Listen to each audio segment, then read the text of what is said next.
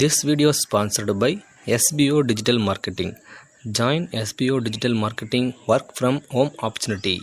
Mobile based part-time jobs perfect for students, homemakers and job seekers. Skip பண்ணாதீங்க. பெரிய தப்பு. தினம் ₹300 சம்பாதிக்க அரிய வாய்ப்பு. இன்ஸ்டாகிராம், ஃபேஸ்புக் பயன்படுத்த தெரிந்தால் போதும். Content post and content publishing மூலமா தினம் ₹300 சம்பாதிக்கலாம். இந்த வேலை செய்ய 5 நிமிடம் போதும். Work training support, group communication support, all language customer live chat support, முக்கியமா சொந்தமா ஒரு பிசினஸ் ஸ்டார்ட் பண்ற அளவுக்கு உங்களால கற்றுக்கொள்ளவும் முடியும், சம்பாதிக்கவும் முடியும். இந்த வேலை வாய்ப்பு வழங்குவது 5 வருடத்திற்கு மேல ரன் ஆகிட்டு இருக்க நம்ம தமிழ்நாட்டு company school of business organisation private limited. மேலும் விவரங்களுக்கு டிஸ்கிரிப்ஷன்ல கொடுத்திருக்க நம்பருக்கு வாட்ஸ்அப் பண்ணுங்க.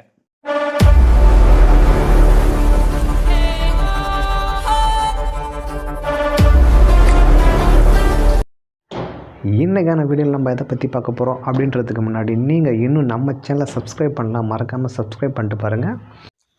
இன்றைக்கான வீடியோவில் வேதியியல் பல படி வேதியியலை பற்றி இம்பார்ட்டன்ஸ் கொஸ்டின்களை பார்க்கலாம் வாங்க. தாவரங்களின் சேமிப்பு பொருள் எதுனா ஸ்ட்ராச். அடுத்தது விலங்குகளின் சேமிப்பு பொருள் எதுனா கொழும்பு.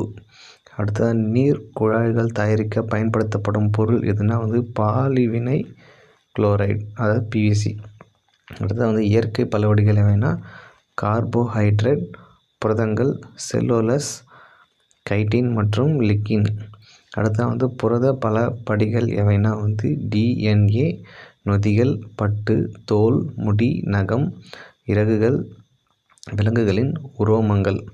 அடுத்ததாக நண்டு மற்றும் சிலந்தி போன்றவற்றின் எலும்பு கூடுகளில் காணப்படும் பொருள் எதுனா கைட்டின். அடுத்ததாக நெகிழிகள், அதாவது பிளாஸ்டிக் கட்டமைப்பு பொருட்கள் எவைனா எத்திலீன் மற்றும் புரோபைலின் பிளாஸ்டிக்ஸ். அடுத்ததாக இயற்கை ஏக்கு எடுத்துக்காட்டாக எவைனா பருத்தி, தேங்காய் நார், முடி, கம்பளி, சணல், லினைன் மற்றும் பட்டு. அடுத்ததாக செயற்கை ஏய்களுக்கு எடுத்துக்காட்டுகள் எவைனா பாலியஸ்டர், அக்ரிலிக், நைலான் மற்றும் ரேயான். அடுத்ததாக இயற்கை பட்டு ஏயின் வகைகள் எவைனா மல்பெரி பட்டு, டஷர் பட்டு, முகாப்பட்டு மற்றும் எரிப்பட்டு ஆகும். அடுத்ததாக இந்தியாவில் தயாரிக்கும் பட்டு வகை எதுனா மல்பெரி. அடுத்ததாக செயற்கை பட்டு எதுனா ரேயான். ரேயான் பட்டின் மூலப்பொருள்கள் எவைனா மூங்கில் கூழ் அல்லது மரக்கூழ் அல்லது பருத்தி.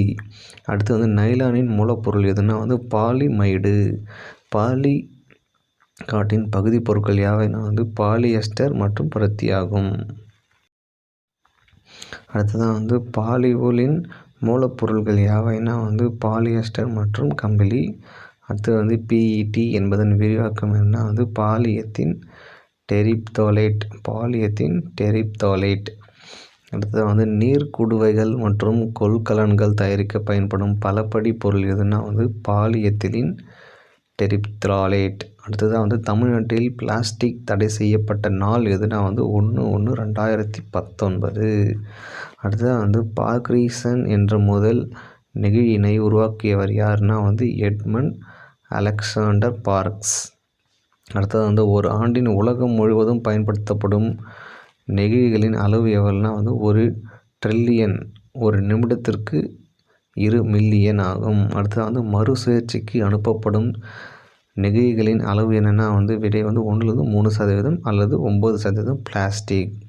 அடுத்தது இலகு நெகிழிகள் எவ்வாறு அழைக்கப்படுகிறதுனா பாலித்தீன் அல்லது பாலிஎத்திலீன். அடுத்தது இலகு நெகிழிகளாக பயன்படுபவை எவைனா பேக்லைட், மெலமன். அடுத்தது பாத்திரங்கள், கைப்பிடி தயாரிக்கப்படும் நெகிழி எதுனா பேக்ஸ்லைட். அடுத்ததாக தரை ஓடுகள் மற்றும் தீ அணைக்கும் துணிகள் போன்றவற்றை தயாரிக்கப்படும் நெகிழி எதுனா மெலமைன். அடுத்தது ரெசின் குறிப்பீடுகள் எவைனா PET1, PVC3. செயற்கை நெகிழிகளுக்கு மாற்றாக பயன்படுத்தப்படும் நெகிழி எதுனா பாலிலாக்டிக் அமிலம். அடுத்தது குழிகளில் இட்டு மூடப்படும் நெகிழிகளின் அளவு எவ்வளோனா 79%. அடுத்தது நெகிழிகளை உண்ணும் பாக்டீரியா எதுனா எந்த ஆண்டு கண்டுபிடிக்கப்பட்டது? ஜெனட்டெல்லா சகிசின் 2201F6 ஜப்பான் நாட்டில் 2016ஆம் ஆண்டு கண்டுபிடிக்கப்பட்டது. சிலிக்கான் டை ஆக்சிடன் உருக நிலையை விலை 1700 டிகிரி செல்சியஸ்.